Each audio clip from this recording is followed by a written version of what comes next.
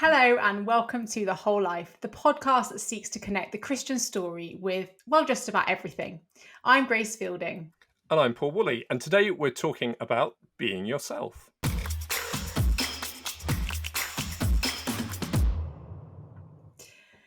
We live in a culture that's obsessed with the self. People talk and actually are encouraged to talk about themselves all the time, whether it's express yourself, be kind to yourself, look after yourself. But what does it mean to be yourself? And is this actually healthy? How can the Christian story help us work out who we are? And then how does this shape our everyday lives and work? Well, joining us to discuss these questions is Graham Tomlin, director of the brilliant Centre for Cultural Witness. Graham is a theologian, a teacher, a writer. He was Bishop of Kensington from 2015 to 2022 and was deeply involved in the church's response to the Grenfell Tower fire.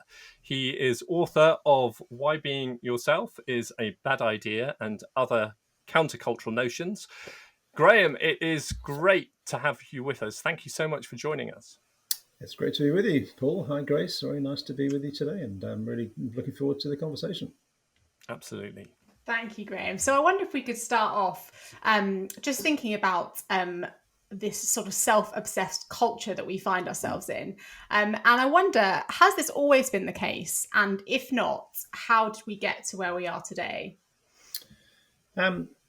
No, is the simple answer. It hasn't always been the case. And we are in a very different place now than where we have been, I think, as a culture in the past. In fact, I mean, one way of putting it is there was a sort of hinge, I guess, in culture, probably about, sort of 200-300 years ago. It's what the philosopher Charles Taylor calls the subjective turn in modern culture. And I guess what he has in mind is that in the kind of ancient world, where did you go to find sort of truth, identity, a sense of who you are, what's kind of moral power to get things done? You kind of looked outside yourself. So Plato, for example, looks outside himself to the eternal forms, to these ideas that are kind of there on some metaphysical plane above us. And for him, everything on earth is a kind of copy of these eternal forms. And so, in other words, you look outside yourself. If you're a Platonist, you go and meditate in the countryside or on beaches or whatever. You can look outside yourself to find the truth. And in the Christian faith, or you look outside yourself to God. There are different religions. Obviously, religions like Christianity or Islam or Judaism look outside themselves to God. Other religions like sort of Buddhism or Taoism or whatever might look outside themselves to the moral law, or Confucianism looks at a kind of structure of reality outside yourself. That was kind of the way people saw things in the past. But I guess with this shift that happened 200 or 300 years ago, there's a sort of shift towards the self. And so you have people like Descartes, thinking, okay, where do I find bedrock? Where can I find truth? And he comes up with his great famous dictum, cogito ergo sum, there, I think, therefore I am. You look inside yourself to the thinking self to find out a truth about the world. Jean-Jacques Rousseau is, again, a European philosopher who thinks actually civilization is harmful. You don't look outside yourself to kind of a cosmic order. You look inside yourself in introspection. The whole romantic movement was all about, inner feelings telling you what was really true about the world. And so we are now a culture that tends to look inside ourselves to find out who we are, what is the truth about the world. Whereas in the past in culture, we've tended to look outside ourselves a bit more. And that's something of what's happened, I think. So interesting, and sort of just hearing a little bit about where some of those shifts have come from, and maybe who were the kind of the people that have inspired us, or maybe not inspired us for the better in that sense. So if we think about then, now we are in this sort of age of this emphasis on self in our culture. Obviously there are probably not so good things about that, and potentially some maybe positive things we've learnt as well. So I wonder if you could maybe speak to sort of both sides of the coin in that sense.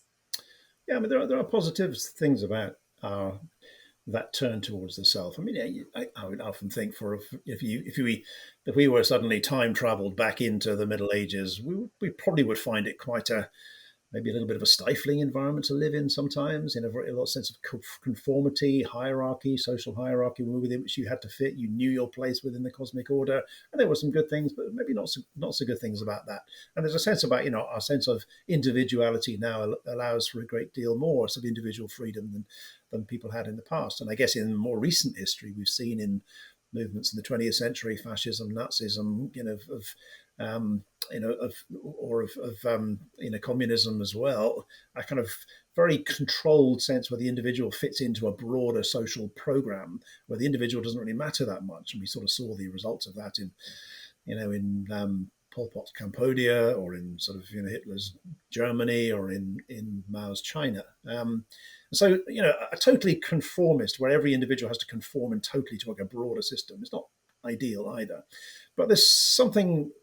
But on the other hand, the things that maybe are not so healthy about our current obsession with the self is that it focuses our attention in the wrong place when it comes to wisdom, and even the kind of very ordinary things about life. I mean, I can remember, when I was quite a lot younger than I am today, going out on a date with a girl, and I can remember, what happens when you do something like that, or when you're kind of going to, to sort of go out for an interview, and you're meeting someone that you want to impress, and you ask them, what's your advice, and they will say the usual thing, just be yourself, it's fine, as if it was that simple.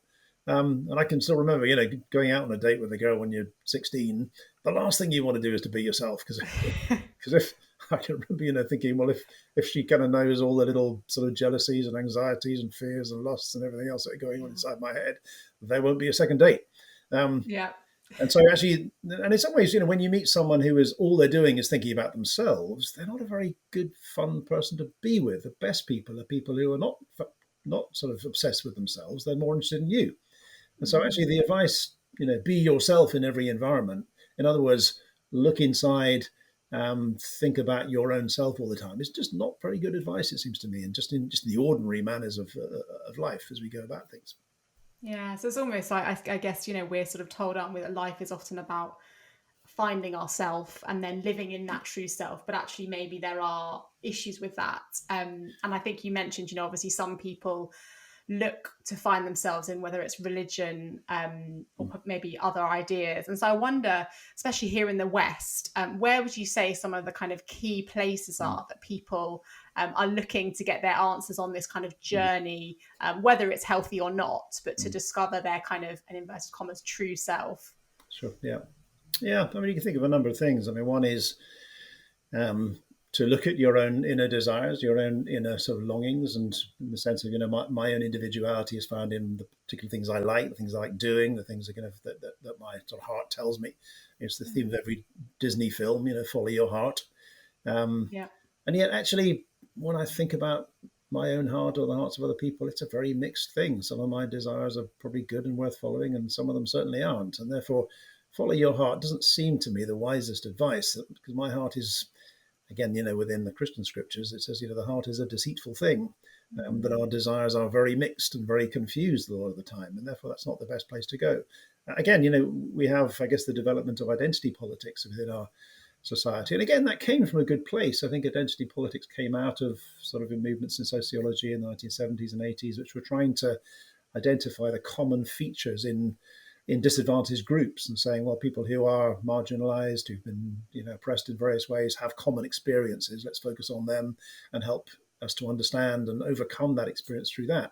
But what it's become, I think, is a kind of movement whereby you identify one aspect of a person's identity, of the fact that they may be black or white or gay or straight or whatever it might be, and you say that's what defines that person.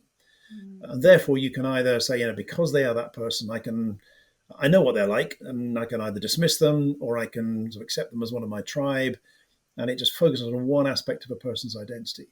Whereas it seems to me that as people, we all have multiple identities. We have lots of things that are true of us. That we have different nationality backgrounds, we have different ethnicity, we have jobs, we have football teams that we support, we have things that are true of us, different sort of religious identities and so on, that we're all a whole mix of multiple identities, and fixing on one part of a person's identity and saying that's the thing that matters about them more. And even the way we self-project ourselves, it's a bit deceptive to say, well, that one thing, that's the only thing you need to understand about me, or the only thing I need to understand about you. And therefore, it's a kind of failure to love someone, because it seems to me love is about understanding someone in all their complexity. If you really love someone, you'll get to know all the different aspects of their personality, their identity. And so those, I think, are some of the ways in which we kind of make some errors when we get to look into this issue of what it means to to find your true self in our social life. That's all so interesting, and we'll come to this in a minute. But this emphasis on love is so interesting, isn't it? Because there's an irony, isn't it, that there's a kind of emphasis in culture on love, in our culture on love, but that sometimes requires us to look to others rather than into ourselves. So anyway, we might come to that. And the way you describe Plato's life just seems so attractive, the way he's able to sit back and reflect. I wouldn't mind a little bit of that. Graham, talk to us a little bit more about how this plays into politics. You've suggested that this emphasis on ourselves is played out within our political life, whether that's the politics of the left or of the right. It's done in different ways, but underneath all of that, it's kind of the same thing. How is that? How does that work out? Yeah, well, I think I guess, this is a great generalization, I know, but I guess parties on the right of politics will tend to focus on the free market, that the market will effectively bring about what you really want in life. You deregulate, you allow, you give incentives for businesses to flourish. You kind of a small state, you allow kind of free enterprise to rule the roost, and you try to enable the market to do its work, and markets will bring about prosperity in the end. If you're on the left of the politics, you'll be more suspicious of the market and say, no, the state needs to intervene because the market on its own will always lead to inequality and great inequalities, and therefore the state tries to intervene to bring a greater sense of equality in society. So, if you like, the right trusts in the free market, the left trusts in the state. But actually, when you dig underneath what they're driving at, it's kind of the same thing, I think, underneath, which is that the ideal is the autonomous, sort of rights-bearing individual, free to make their own choices and to thrive in life. It's just that the right thinks the free market is the way to produce that. The left thinks the state is the way to produce that. But they're both basically aiming at the same sort of thing. And in some ways, both of them are aiming at a kind of liberation of the self from constraints.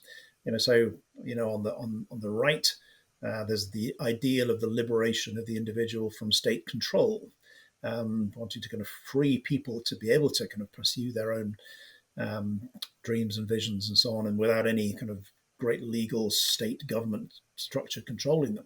On the left, it tends to be, especially these days, more liberation from social taboos of the past and past identities that are kind of imposed upon people. But again, underneath it all, it is the vision of the autonomous individual self, free to pursue their own dreams and desires and so on. And so in some ways, both left and right, even though they think of it in different ways, are actually driving at the same thing, which is that sense of kind of free, expressive individualism, which I think is, as I'm beginning to argue, quite problematic in our culture at the moment. So that's where I think it plays out in politics. And to what extent do you see that played out in the Christian story? As you were speaking, I was thinking of the Garden of Eden and thinking that Adam and Eve, they seem to do precisely this. Instead of looking outward to God, and acknowledging the fact that they're created in the image of God, but ultimately God is God, they start to look inwards. And as they turn inwards, that creates all sorts of problems that ultimately for themselves and for the world are catastrophic.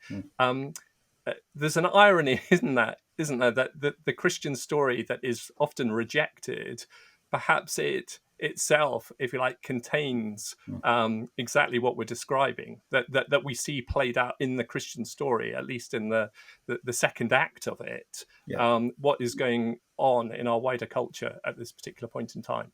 I think that's right. And a lot of it is goes back to this question of where you find freedom, because it seems to me a lot of our contemporary culture is saying to us that freedom is found by casting off the constraints of others.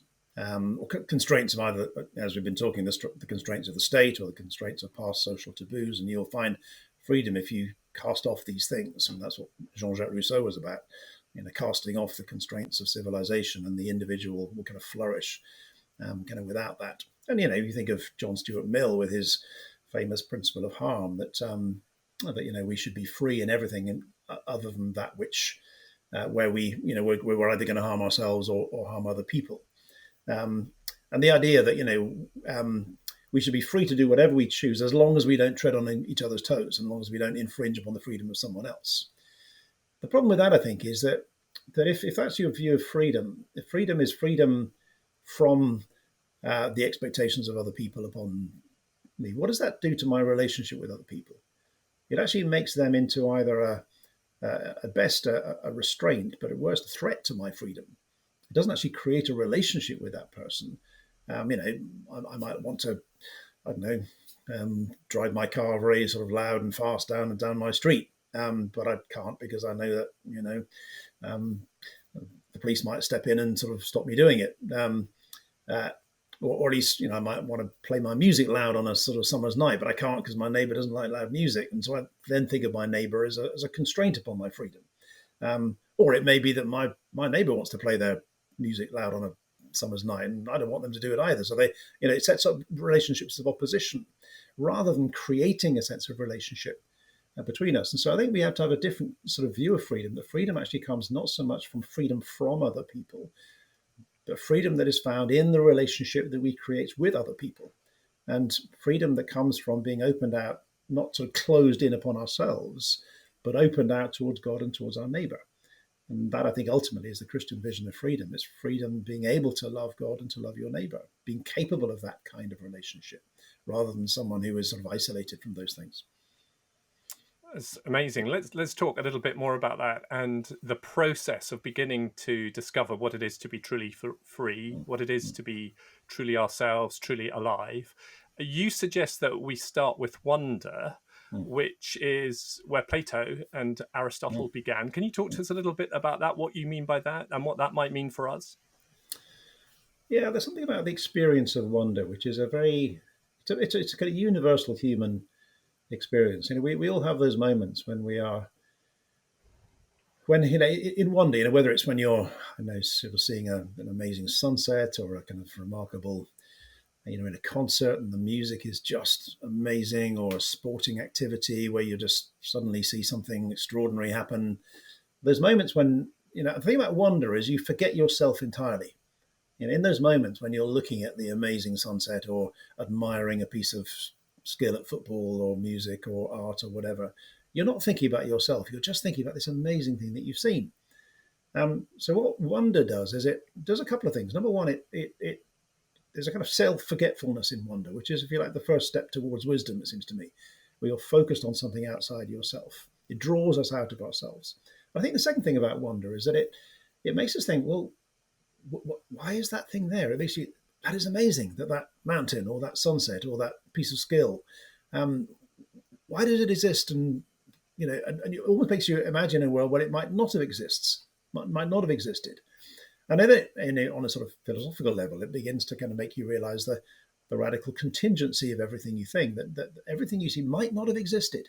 It might have been that mountain wasn't there or that sunset wasn't there. And so it starts making you think, well, why is it then? Why is there something rather than nothing?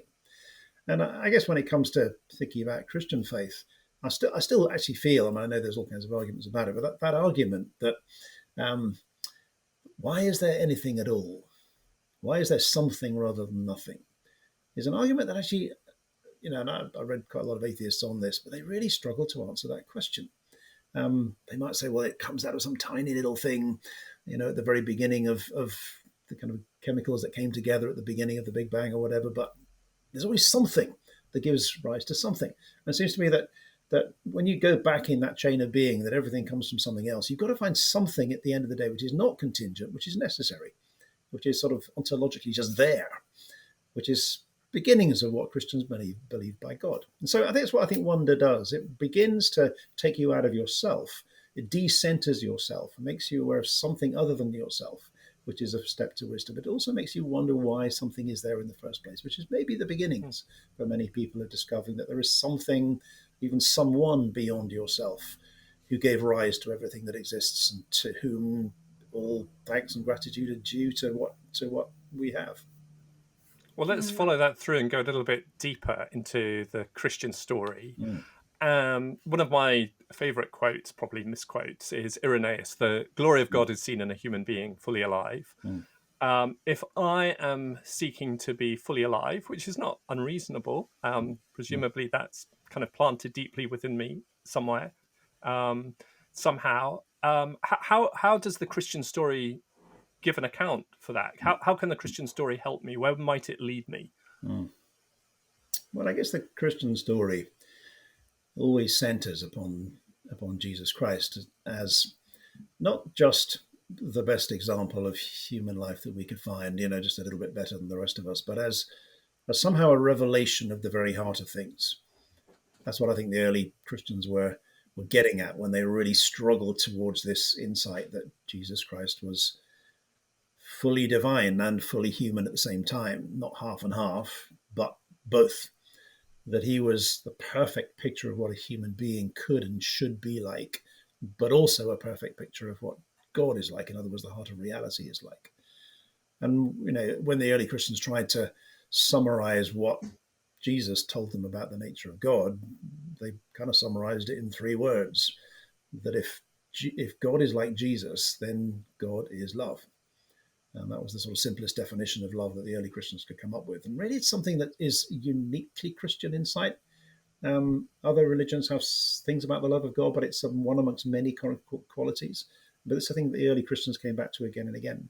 And there's something about that kind of fits with our nature, I think, as human beings. Because when you think about the way we live, probably most of us, what do we really long for? We long to love and to be loved.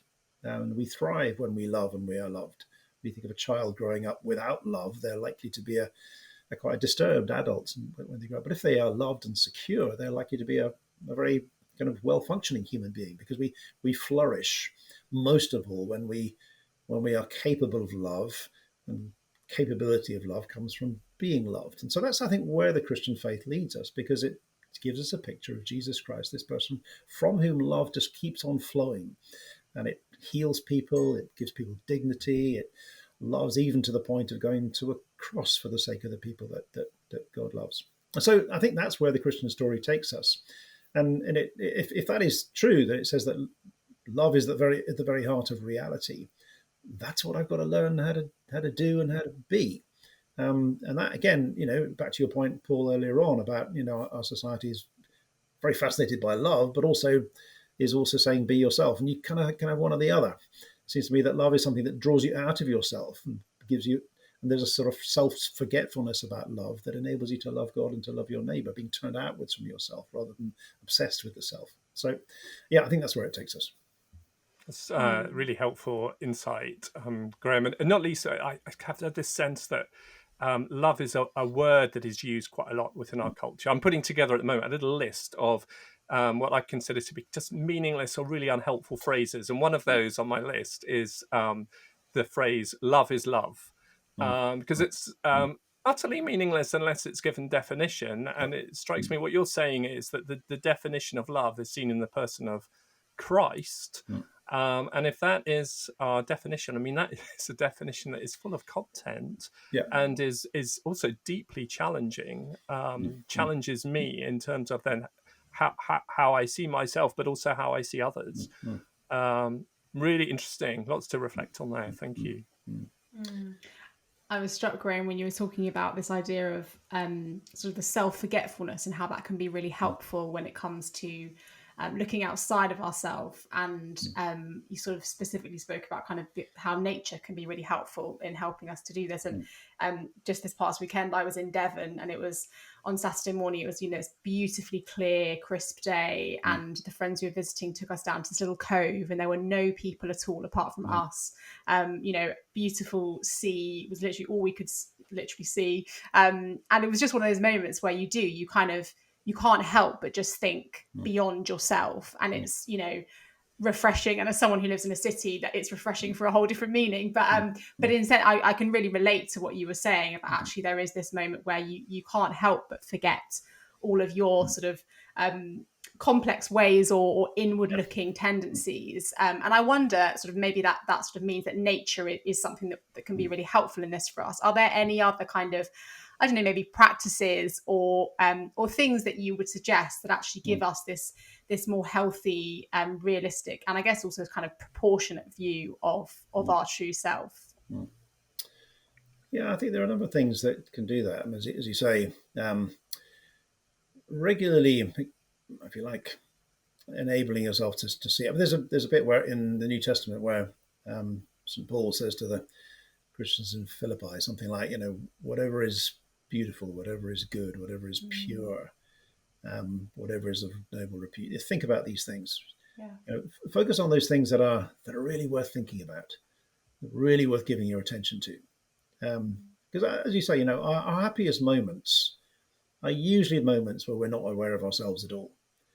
Yeah. When we're seeing something that is just so extraordinary, so wonderful that you just forget yourself entirely, just lost in amazement at it. Or when you're in love with someone, you're just focused on that person. You're not thinking about yourself at all. And so practices that take you out of yourself. And so in a Christian sense, one of those is worship. There's something about going to it, and that whole point of worship is that, how often you do it, if it's on a Sunday, you go to church, the whole point is you take your attention off yourself and you focus upon God. Now I often think, worshiping God, seeing the beauty of God, as the early Christians used to talk about it, is a bit of an acquired taste sometimes. We don't always see the beauty of God. We don't think of God as an object of beauty, but the early Christians did. But learning to appreciate the beauty of God is something that happens in worship. So prayer, just that regular, daily thing where you get up in the morning and you spend some time,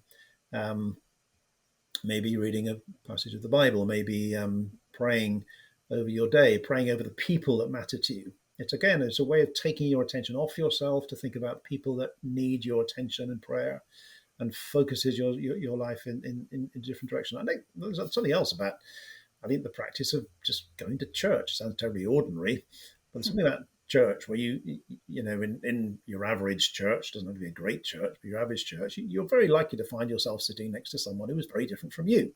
Yeah. And most of our lives we spend with people who are like us. But when you go to church, you sit in a pew or a seat, and the person next to you might be an elderly person who is struggling to work out how to pay their fuel bills in the winter. It might be a kind of, a sort of professional solicitor who's bringing up a family. It might be a kind of teenager who's worried about their TikTok account, or it might be a sort of, it could be anyone. And there's something about that, just the variety of people you encounter that draws you out of yourself. And so anything, if you like, those sorts of practices, the practice of worship, the practice of prayer, the practice of being part of a community which is focused upon serving its local community, something that takes you out of yourself. That's what I think the Christian life is about. It's about learning those practices of love for God and love for your neighbor that take you out of yourself, and therefore paradoxically enable you to discover your true self in relation to other people. That's brilliant. Graham, I was reflecting as you were talking about where we might see all this leading. I mean, how does this all play out? And a while ago was introduced to a little German word that you'll be very familiar with, I'm sure, Sehnsucht. This sort of idea of restlessness, of longing for that which isn't there, but a desire to sort of return to it. And reflecting on the extent to which that is something that is evident within our culture just now, that for all the emphasis on the self, nonetheless, there is this underlying dissatisfaction and desire for something perhaps that we've lost, that we seek to return to. Talk a little bit about that. I mean, do you see that as being there? And to the extent that it is or isn't, where do you see this playing out in the medium to long term future? Yeah, I think, as you say, that the German word is very evocative, Sehnsucht. It's the longing for things, that restlessness. That's your pronunciation was a lot better than mine, I have to say. I think that was a correction, actually, Paul. Yeah, it was done. You did it very graciously. Thank you. Yeah, well, there you go. I just got back from Switzerland, so I'm just surrounded by German. You've been practicing. Very good. Yeah, I think that restlessness is very strong in our culture. It seems to me that we're not at ease with ourselves in all kinds of ways, and I think a lot of it comes from this back to this turning inwards again. That if the primary advice in our culture is to be yourself, look inside yourself, find out who you really are, it's a very unstable way of looking. It's bound to lead to a restlessness because it's it doesn't lead you to the source of real joy and happiness.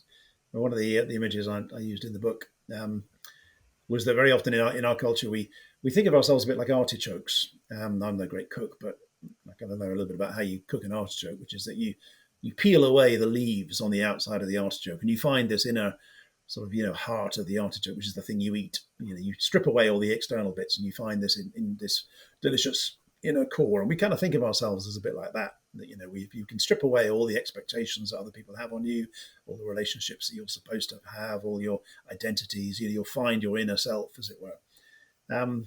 But I guess the question is, what if we're not so much artichokes, but we're onions?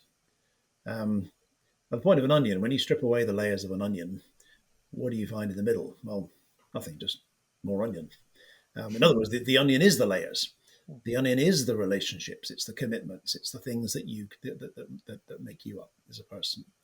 And so, therefore, I think where the longing leads us at the end of the day is precisely in those relationships and commitments that we make. It's in our particular roles that we play as fathers, mothers, children, husbands, wives, partners, friends, citizens. It's in those that's who we are as people.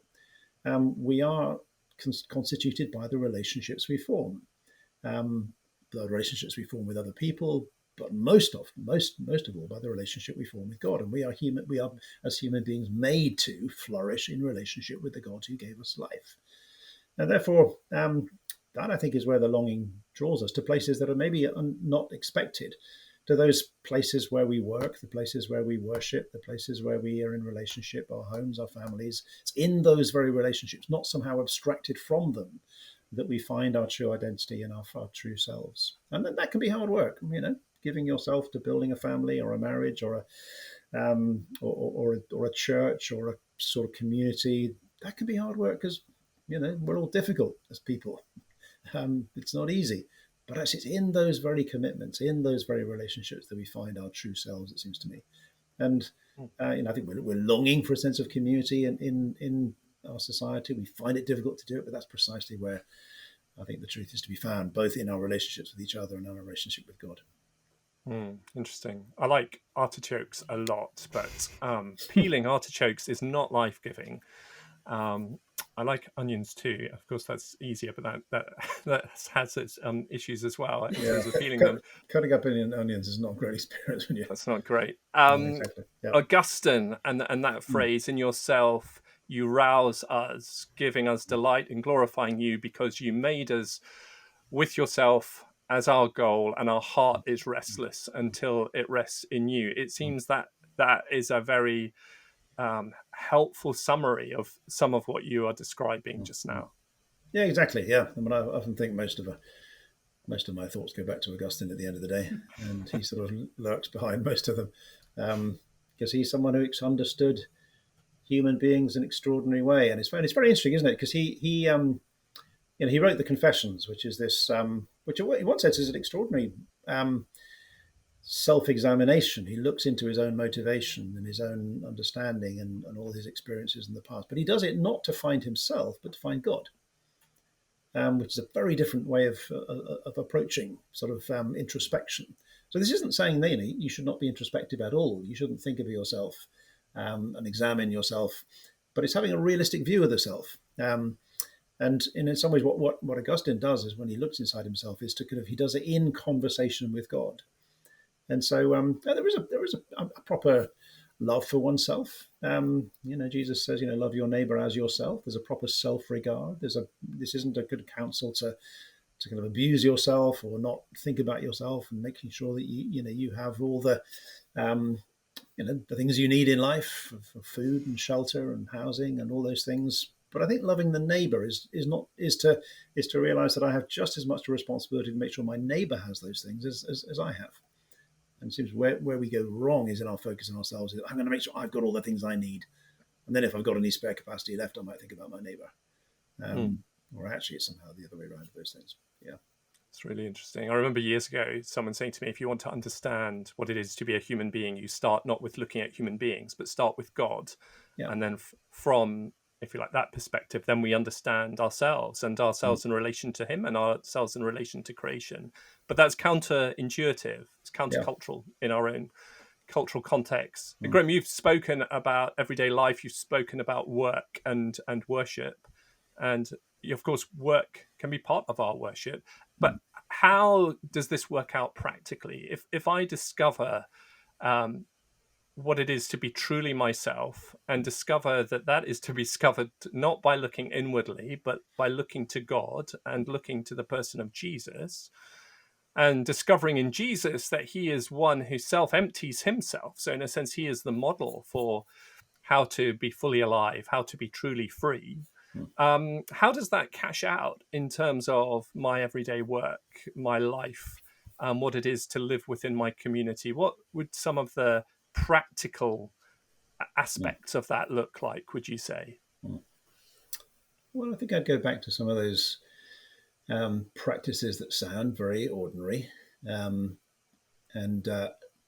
seem like a bit of routine things, but they're really quite important to do, which is those practices of prayer, the reading of scripture, the practice of worship, a crucial part of it.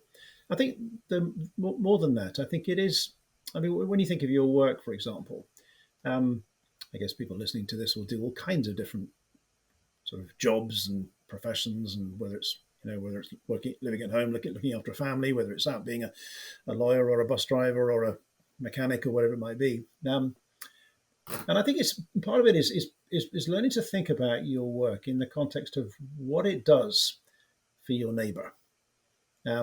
Because we can think of work as, well, work is a way in which I earn enough money to make sure I go on good holidays and my family are well fed, and it's basically a sort of slightly self-serving thing. But it seems to me you can think about work in a different kind of way. So if you are involved in healthcare, for example, it's not just a job. It is something by which you are bringing health to others. If you're involved in the legal profession in any way, it's about bringing justice to people. If you are a bus driver, you are enabling people to actually encounter, to travel from one place to another, to find, to create relationship with the people that they're traveling to, or whatever. And so it's focusing on those elements of your work that actually serve the neighbors. And, one of the things that John Calvin used to say is that, work is one of the primary ways in which we love one another. In the work we do, we are offering love. That's kind of the way society works, by the work we do. So I think that's one of those things we can do, by practically focusing on those parts of our work when we genuinely are serving the communities in which we're placed, and really focusing on those bits of the job, rather than just thinking of it as a sort of means of earning money, or even as a means of, an arena for evangelism. It can be that as well, but the very work that we do, when we're seen through that lens of a way in which we serve our community and we love one another, and it's something which we then kind of offer to God. And I guess one of the other practices in worship is that practice of being able to kind of take the work that you do and, if you like, offer it to God as an offering of worship, explicitly, every morning when you pray, or in Sunday in church, just to say, like, here's what I've done this last week, and I offer it to God as an act of worship. So there's some of the practices, I think, that can flesh this out. I suppose in a globalized context as well, there's no limit to our neighborhood, is there? That potentially the relationship between the rest of the world and me is closer than it's ever been, and my actions impact the lives of others, even if they're thousands of miles away. And so having that mindset could have all sorts of implications, but also very radical, far-reaching implications. Yeah, definitely. Yes, I think again, we're used to thinking of ourselves as autonomous individuals who are kind of self-referential, but when you begin to see yourself as part of a vast network and web of relationships, both locally and increasingly globally through social media and through globalization and so on, then you begin to realize everything you do has an impact on others, and anything you allow into your own heart forms you as well. I think that's one of the other aspects of this, is that we're always being formed in our characters by one way or another. I often think when I'm asked the question, who are you? You meet someone new and they say, well, who are you? And if you were to really go philosophical on this question, you might come up with all kinds of answers. But part of the answer is, well, I don't know yet. I don't know yet who I am. I mean, there's a text in, I think it's at 1 John, where it talks about how what we shall be has not yet been revealed. Now, we are being formed all the time. The question is, what are we being formed by? And so one of the practical ways in which I think this plays out is being quite watchful and careful about what is forming you as a person. What you allow into your heart, what kind of videos you watch on YouTube, what kind of things you find yourself reading, what kind of things you allow to kind of enter into the very depths of your soul, because that will shape you, for better or worse. And therefore, making sure that what forms you, what you allow into your soul, is stuff that is good and healthy and life-giving, and turns you outwards rather than making you self-obsessed or obsessed on stuff that is actually going to destroy you in the end. So helpful. I know for myself, there are times when I think, without even realizing it, we can just be absorbing things all the time, whether that's on social media or on TV. Yeah.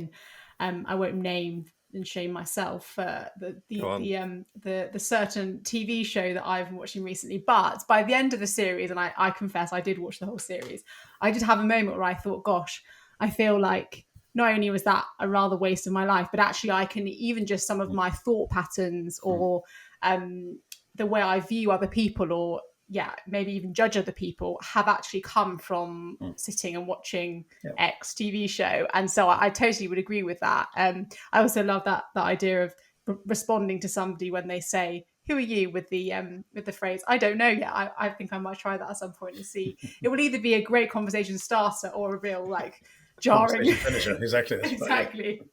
Well, Graham, thank you so much. It's been really inspiring, but also I think challenging in a positive way, chatting to you today. I wonder maybe if you want to tell us, what are you currently working on? What would you like to share with us about what life for Graham looks like currently? Yeah, thank you. Well, as Paul was saying at the beginning, I'd now run a thing called the Centre for Cultural Witness, which is seeking to retell the transforming story of Christian faith in public life, and doing that alongside many others as well. We run a new website called seenandunseen.com. So it's from that line in the Creed, God is the maker of all things seen and unseen. We're interested in the seen things, law, politics, economics, business, cost of living crisis, Israel, Gaza war, everything. But seeing those in the light of the unseen realities of that Christian faith reveals to us. And so it's articles on just about everything you can think of from a Christian perspective, helping to explain aspects of Christian faith and so on. So that's something I'm quite involved in at the moment. We do some training in sort of public witness for a number of different people as well. I'm also working on a book which is a biography of one of my favourite people, who is Blaise Pascal, the great 17th century French genius of various kinds. He's a fascinating man. And so I'm spending a lot of time thinking about him as well at the moment. So that's kind of what I do. Brilliant. Well, you can find out more about the Centre for Cultural Witness by going to their website. Also do check out Seen and Unseen. As Graham said, for articles giving a Christian perspective on a whole range of topics. Graham, thank you so much for joining us. It's been a real pleasure. Goodbye. Thank you, Grace. Thank you, Paul. Very good to be with you. Thank you so much, Graham. It's been great. We've really enjoyed it. Thank you.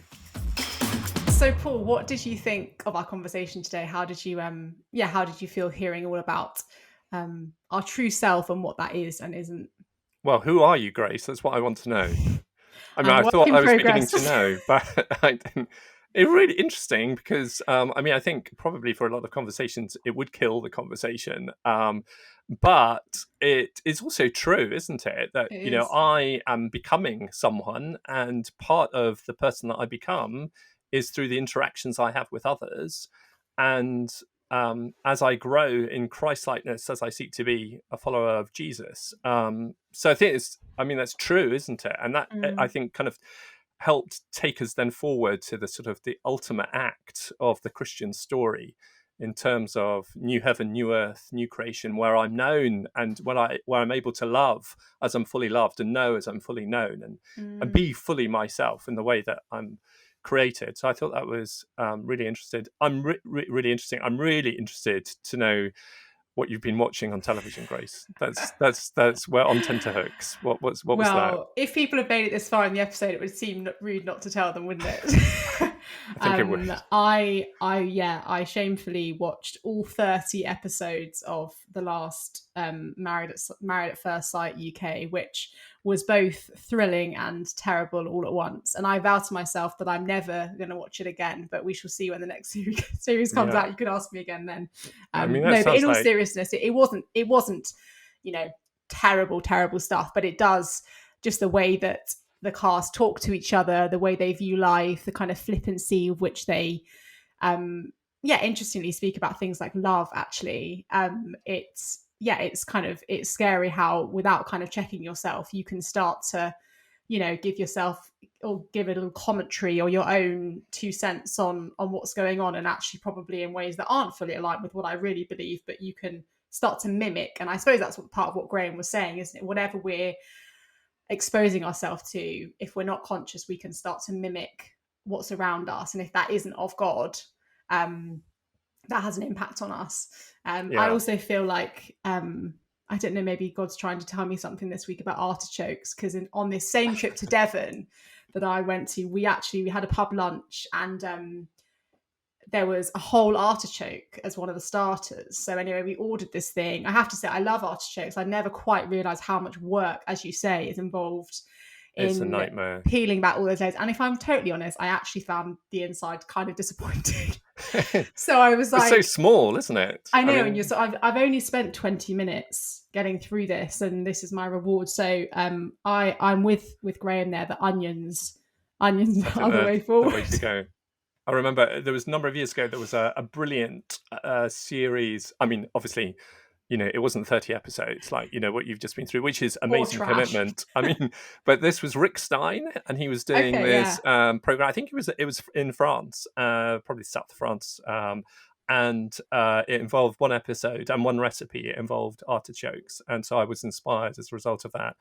And then went and as you say, I mean, there's the work of peeling them, but then there's the result afterwards. It just seems that the return on investment is not great, is it? I say buy the jar when it's in oil and it's already. I mean, to be honest, they're just as good, aren't they? Anyway, sorry. Well, I thought the historical perspective found really helpful. So sort of Plato, Aristotle. And then, if you like, what's happened more recently, I thought that was kind of insightful, helpful in terms of us kind of understanding both where we are at in our cultural moment, but also how did we get to where we're at. And I suppose it just also reminded me of how we are formed and also deformed by the cultural influences around us. And of course, we're not only, if you like, subject to those, but we can be complicit with those. We can be part of the problem as well as part of the solution to those things. But I think ultimately the thing that sort of will live with me is this idea that if I'm to discover my true self, I really only discover that in relation to others and ultimately in relation to God as creator. And that's not surprising, because that's how we're made, and that's what being in the image of God in part is about. But a lot of that is, in lots of ways, countercultural. At the same time, maybe there's an opportunity within this cultural moment to present and model some of that, because there is this restlessness and this lack of satisfaction with what is. And also there's other places. I thought it's kind of interesting. We could have gone into more of that, couldn't we, about the different places we go to discover our true selves. But ultimately, even for all the good that's out there, there's dissatisfaction about kind of ultimately where that leads. It's not great, is it? So maybe that's an opportunity for us. Yeah, I thought it was really interesting actually how when we sort of asked Graham about what does some of this stuff look like in practice? How can we healthily go about trying to find our true self, i.e., how do we get into that environment where we are aware of God and God the creator and how that is in us. And actually, and I don't mean this rudely, but actually none of it was kind of groundbreaking, but actually it was still really powerful, wasn't it? In sense of, it comes back down to, worship, prayer, time with other Christians. And I think even that as a Christian still feels countercultural sometimes, even the whole practice of going to church. I know that some of my friends who are, you know, very committed Christians, but actually going to church just sometimes falls lower down the list than maybe going to visit a friend or going out for a Sunday brunch, which sometimes feels a much more attractive option than sitting in a cold church for 2 to 3 hours. But actually, that it's in those spaces where we, yeah, as he said, you know, we meet people that are not like us. We see God in others. We are in those corporate spaces where, you know, I know for myself, I do find, you know, sort of sung worship a really helpful way of not only connecting with God, but actually putting all of my life and my circumstances into perspective. And it's amazing, isn't it? In those moments where whatever is going on around us, by the Holy Spirit, we do just have this amazing freedom and ability to fix our eyes on Jesus. And then, you know, that Sunday when I leave church, I do feel less aware of all of my problems because I have spent that time in wonder. And I think that was a really helpful reminder of the importance of those things. And they're not just habit. They're not just, you know, part of what a good Christian does. They are actually also part of forming us and therefore us discovering who we are. Yeah. Yeah, and I think as well that part at the end, which I thought was, yeah, maybe something that we all need to think about, and you know, especially at what we think about at LICC in terms of how does our everyday life and work fit into the bigger picture of God's narrative and mission. You know, when you ask that sort of question of, you know, whatever, insert your job, you know, how does this benefit my neighbor? Yeah. And actually, that isn't just healthcare professions. You know, I'm sure we could all find one aspect of our job which in turn contributes towards whether it's our neighbor or society as a whole. And I think, I just really love the way that he framed that. And I think it was really helpful. Yeah, I thought that was a massively significant insight. And if you sort of kind of play with the idea a bit, imagine yourself in any context thinking, what is the impact here on my neighbor? And then also recognize that my neighbor is not simply the person that I might be in direct contact with, but indirect contact with, then that potentially is transformational.